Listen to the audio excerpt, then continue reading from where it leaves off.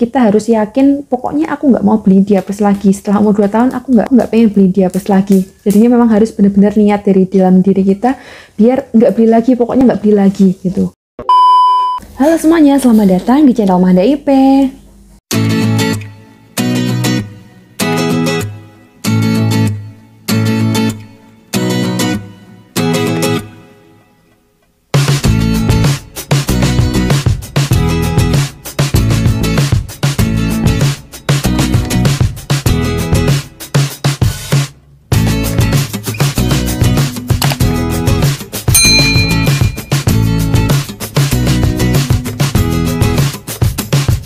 Assalamualaikum, kembali lagi dengan saya Mahda, dan di video kali ini saya akan memberikan tips, yaitu langkah-langkah yang perlu dilakukan untuk anak bisa lepas diapers saat anak 2 tahun.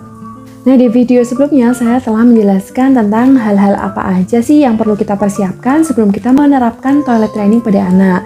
Nah, di video kali ini saya akan menjelaskan tentang langkah-langkah apa saja yang harus kita lakukan agar anak bisa belajar pipis, toilet training, bisa lepas diapers saat anak umur 2 tahun. Nah, tapi sebelumnya jangan lupa di like video ini, share, dan subscribe YouTube channel Mahda IP supaya saya bisa lebih semangat lagi buat bikin video-video lainnya yang lebih menarik dan bermanfaat.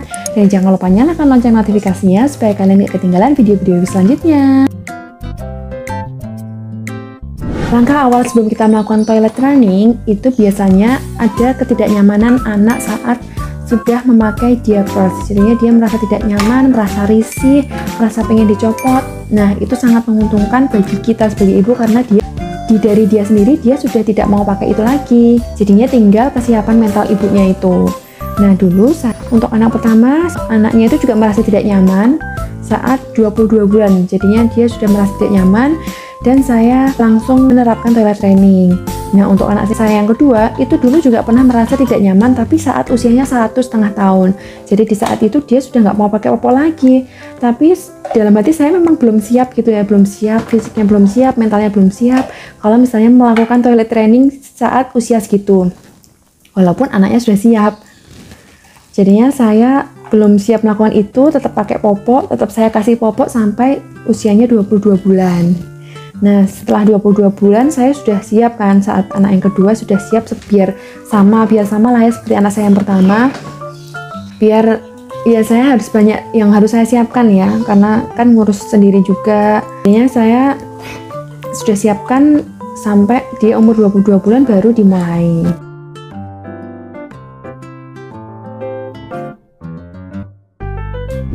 Langsung aja ke langkah yang pertama, yaitu dengan cara lepas diapers dari pagi sampai siang hari. Jadinya hanya dari pagi sampai siang hari, tapi selebihnya masih pakai. Jadinya kita bertahap ya dari awal ini dulu. Nanti kalau misalnya sudah bisa lancar, nanti selanjutnya kita bisa menambah durasinya lagi. Nah, lalu bagaimana kalau misalnya anak itu ngompol? Nah, kalau misalnya anak ngompol itu wajar banget. Dan emang ini sangat menguntungkan bagi kedua belah pihak ya, bagi ibunya dan bagi anaknya. Untuk anaknya sendiri kalau misalnya ngompol itu lama-kelamaan dia nanti akan bisa tahu, merasakan ketidaknyamanannya gitu loh, merasakan ketidaknyamannya kalau misalnya pipis itu ternyata jadi basah, ternyata jadi nggak nyaman, nggak enak. Dia jadi mikir, oh gini ya rasanya pipis di celana, jadi basah semuanya. Berarti aku harus pipis di mana nih, harus gimana biar nggak kayak gini, biar aku bisa merasa nyaman gitu. Dan untuk ibunya sendiri ini juga menguntungkan juga karena ibu juga jadi tahu kapan-kapan saja jadwalnya anak pipis. Nah, nanti sebelum anaknya itu pipis, ibu juga bisa lebih tahu lagi, oh itu sekarang kayaknya jadwalnya si dia pipis nih, si anak pipis. Jadinya ibu bisa mengajak dulu ke kamar mandi supaya dia nggak keduluan pipis gitu.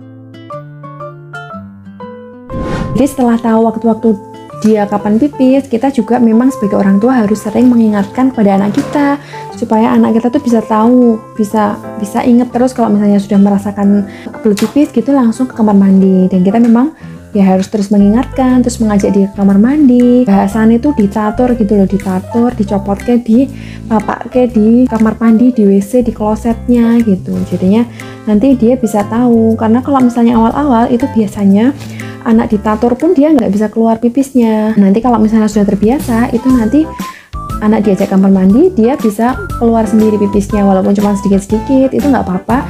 Yang penting dia tahu gitu loh, dia saat diajak kamar mandi dia bisa mengeluarkan pipisnya itu loh, bisa refleks mengeluarkan pipisnya.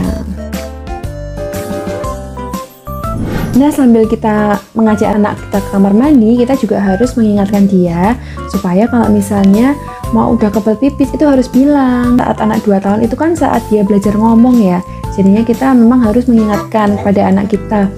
Nah, jadi gini bilangnya, nanti kalau misalnya sudah kebal pipis bilang apa? Bu, pipis gitu. Nah, nanti kalau misalnya dia sudah bisa bilang bu, pipis gitu, jadinya kita juga lebih gampang lagi. Karena dia sudah bisa mengucapkan, sudah bisa merasakan pipis, otaknya itu sudah bisa menyampaikan gitu loh.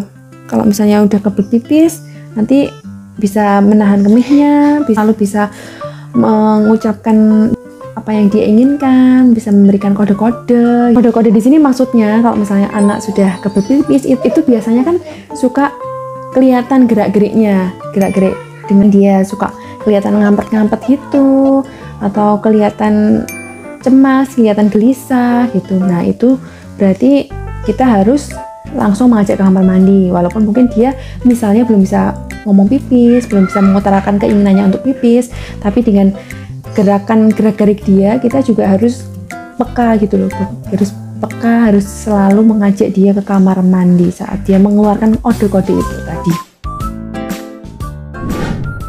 Nah, kalau misalnya pagi sampai siang sudah lancar gitu, nggak ngompol-ngompol, durasi ngompolinya sudah berkurang atau bahkan tidak sama sekali ngompol, nanti kita ditambah lagi di sore hari dan malam hari sebelum tidur.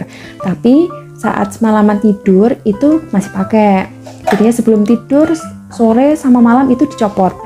Nah, itu sebenarnya prosesnya sama kayak yang pagi hari, jadinya kita memang harus sabar lagi karena durasinya ditambah. Seperti tadi lagi, ngompol juga dilap lagi, dikandani lagi, diajak lagi kamar mandi.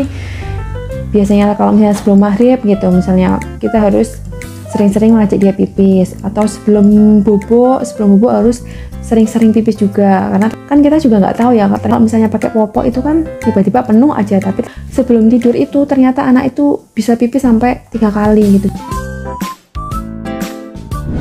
Nah, dengan dia pipis berkali-kali sebelum tidur, itu dia juga sambil belajar mengosongkan kandung kemihnya sebelum tidur. Jadinya nanti sebelum tidur memang benar-benar harus sudah pipis semuanya, sudah nggak ada yang ngompol lagi malamnya, walaupun pada saat malam hari ini masih bertahap ya, masih pakai popok, tapi lama-kelamaan itu nanti popoknya itu akan kering. Maksudnya kalau misalnya sudah dikosongkan sebelum tidur, walaupun kita tetap memakaikan anak kita diapers, itu paginya nanti akan tetap kering gitu. Atau kalau misalnya anak sudah merasa tidak nyaman, itu biasanya anak tengah malam itu bangun cuman minta pipis, karena dia tahu kalau misalnya pipis ya dia harus kamar mandi. Ya pernah anak saya membangunkan di dini hari, dia hanya minta pipis karena memang dia tidak nyaman kalau misalnya harus pipis saat tidur. Nah, biasanya kalau misalnya pipisnya sudah kosong, diapersnya sudah kering, setiap pagi kok kering, jadi kita akan sayang untuk menggunakannya di malam hari. Jadi, membutuhkan proses juga sih untuk lepas diapers di malam hari, karena ya itu takutnya kalau misalnya ngompol, terus kitanya capek, terus males malam-malam gitu udah capek, takut bersihin lagi gitu kan. Jadinya saya tetap pakaikan perlak atau kalau lebih gampangnya sih saya pakaikan klodi ya sebelum tidur, karena kalau misalnya siang hari dia udah nggak mau pakai klodi karena memang klodi itu kan lebih tebel dan dia sudah merasa tidak nyaman gitu loh. Saya pakai klodi saat dia sudah tertidur saya pakai klodi, dan ternyata pagi harinya itu klodinya juga tetap kering. Nah, dengan begitu kok dipakein diapers udah kering, dipakein klodi kok sudah kering, jadi saya mulai memberanikan diri untuk benar-benar lepas, nggak pakai diapers sama sekali saat tidur. Dan alhamdulillah ternyata berhasil gitu. Dan saat di usia 2 tahun anak sudah bisa paham, sudah nggak pakai diapers lagi, sudah nggak beli popok-popok lagi, terus bisa dialokasikan buat yang lainnya gitu. Hal penting yang harus kita lakukan saat toilet training itu berarti kita sebagai orang tua juga harus tegas ya, harus jangan mencela-mencele. Maksudnya mencela-mencele itu kalau misalnya kita sudah siap untuk toilet training ya udah, kalau kita mau lepas diapers ya lepas diapers. Jangan saat kita ngajarin anak kita lepas diapers tapi beberapa hari kemudian tetap ngasih diapers, jadinya nanti anak juga jadi bingung gitu ya. Kalau misalnya udah lepas diapers ya udah gitu.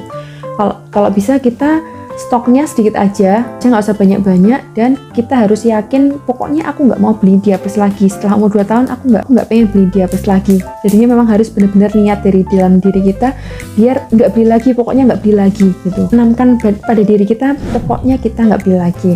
Nah, itu semua adalah tips-tips langkah-langkah yang harus dilakukan saat kita ingin mengajarkan toilet training kepada anak kita sehingga nanti saat umur 2 tahun bisa lepas diapers. Cukup sekian video dari saya, semoga sharing ini bisa bermanfaat.